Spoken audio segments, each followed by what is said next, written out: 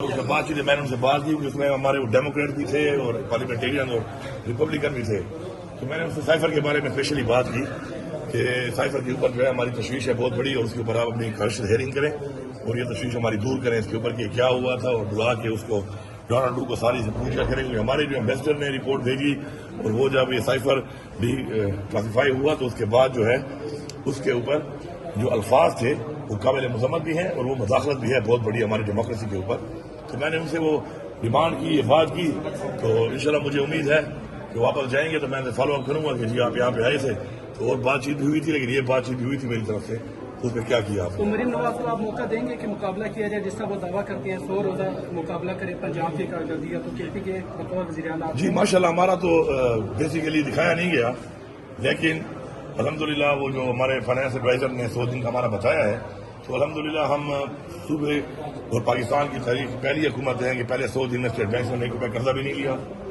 اس کے علاوہ پہلی دفعہ تاریخ میں کسی بھی حکومت نے 100 ارب روپے کا سرپلس بجٹ دیا. تیسرا جو ہے ہم نے اپنے جو لائبلٹیز تھیں ہماری جو پیچھے سے آ رہی تھی ہماری ہیلتھ کارڈ کے حوالے سے اور ڈپارٹمنٹ سے پینشن کے حوالے سے ان کو بھی ہم نے بہت بڑا جو ہے ہم نے اس پہ کام کیا ہے. ہیلتھ کارڈ ہمارا ماشاءاللہ دوبارہ شروع ہے بہترین کام ہو رہا ہے.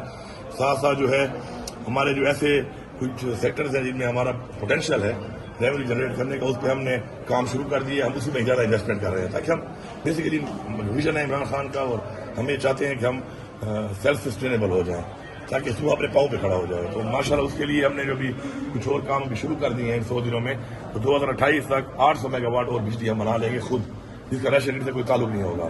اس کو پھر ہم لے کے جائیں گے ٹرانسمیشن لائن انڈسٹری میں اور ہم آدھی قیمت پہ جب دیں گے بجلی تو ساری بات انڈسٹری آئے گی اس سے میں ریونیو بھی آئے گا روزگار بھی آئے گا. باقی روزگار کے لیے ہم نے بہت بڑا پیکیج دیا تقریباً 1 لاکھ نوجوانوں کو ہم بچیوں کو روزگار دے رہے ہیں انٹرسٹ فری لون دے رہے ہیں. ساتھ ساتھ ہمارے ماشاءاللہ جتنے بھی ہماری چیزیں ہیں فلائی ہیں ہم نے ایک فلائی قسم کی ایک صوبے کو جو ہے فلائی صوبہ بنانا ہے انشاءاللہ. اور جو ہمارے ڈیولپمنٹ سیکٹر میں ہمارا جو تھرو فارورڈ تھا 13 سال کا اس کو بھی ہم نے کام کر کے 6 سال پہ لے آئے. یہ بہت بڑی اچیومنٹ ہے. آج تک کسی نے تھرو فارورڈ بڑھایا تو ہے کام نہیں کیا. ہم نے 13 سال کے تھرو فارورڈ کو 6 سال پہ لائے ہیں. تو انشاءاللہ ایک بہترین طریقے سے کام ہو رہا ہے. بہترین ٹیم ان پلیس ہے. مزید اچھے پرفارمنس کو دیکھ کے ٹیموں میں تھوڑی تبدیلی بھی ہم لا رہے ہیں انشاءاللہ. ہمیں تھوڑا ایشو ہے ہم نے کچھ آفیسرز کی ڈیمانڈ کی ہے لیکن وہ ہمیں نہیں دیے جا رہے ہیں یہاں سے. اس کے اوپر ہمارا کنسرن ہے بہت زیادہ اور بڑی زیادتی بھی ہے کہ ہمارا اپنا ایک صوبہ ہے اور اس کے اندر باقی صوبوں کو افسران مرضی کے دیے جا رہے ہیں ہمیں نہیں دیے جا رہے.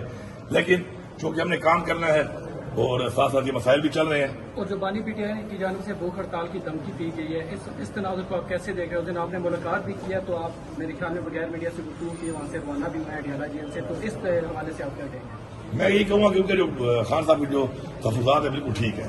ان کی ملاقات کے لیے جب عدالت نے آرڈر دیا ہوا ہے وہ نام دیتے ہیں وہ نام نکال لیے جاتے ہیں. ملاقات کے لیے جو ان لوگوں کو نہیں چھوڑا جاتا جن سے خان صاحب ملنا چاہتے ہیں. اس کے علاوہ ان کو مانیٹر کیا جا رہا ہے اداروں کے ذریعے مانیٹر کیا جا رہا ہے. اس پر انہوں نے کیس بھی کیا ہوا ہے. تو یہ کچھ ایسی چیزیں ہیں کہ جو ان کا فنڈامنٹل رائٹ ہے. اور ساری بات جب آپ کا فنڈامنٹل رائٹ جو آپ سے لیا جائے گا تو آپ کا حق بنتا ہے کہ آپ آئین کے مطابق اس کی آواز اٹھائیں. اور ہم اٹھا رہے ہیں اگر خان صاحب نے بھوک ہڑتال کی تو یہ پتا ہو سب کو کہ یہ بھوک ہڑتال خان صاحب کی نہیں ہوگی. یہ پورے پاکستان میں پوری دنیا میں ایسی بھوک ہڑتال ہوگی ان کی جڑیں ہل جائیں گی. گنڈا صاحب رات کو علیمہ خان صاحبہ نے کہا کہ خان صاحب کبھی بھی نہیں کہیں گے کہ آپ لوگ میرے لیے نکلیں تو وہ کہہ رہے ہیں انتظار مت کریں نکلیں آپ لوگ نے جلسہ بھی کینسل کر دیا. دیکھیے بات یہ ہے کہ ہم ہمیشہ سے قانون کی پاسداری کرتے ہیں. آج ہم یہ دیکھ رہے ہیں کہ عدلیہ میں جو انہوں نے عدلیہ کے آرڈر کو جس طریقے سے ایک commissioner level deputy commissioner level کا بندہ اس طرح کرتا ہے تو آج ہم رویہ دیکھتے ہیں کہ کیا عدلیہ نے پہلے خط لکھا تھا اور خط انہوں نے بڑا کلیئر لکھا کہ ہم پہ دباؤ ہے. اس لیے میں نے جلسے میں کہا مانسیرا میں کہ آپ پہ دباؤ ہے ہمیں بتائیں کس کا دباؤ ہے ہم آپ کا ساتھ دیں گے. اور پھر اگر ہم یہ سمجھتے ہیں آپ یہ کریں گے اور آپ سے نہیں ہو رہا انصاف نہیں دے سکتے آپ تو پھر ہمارا آئین کے اندر ہمیں پروٹیکشن ہے اس چیز کی کہ ہم اپنا حق خود لینے کے لیے اپنا پرامن پروٹیسٹ کر سکتے ہیں. باقی جو آپ بات کر رہے ہیں کس نے کیا کہا کس نے کیا نہیں کہا ہم نے فالو کرنا ہے عمران خان کو.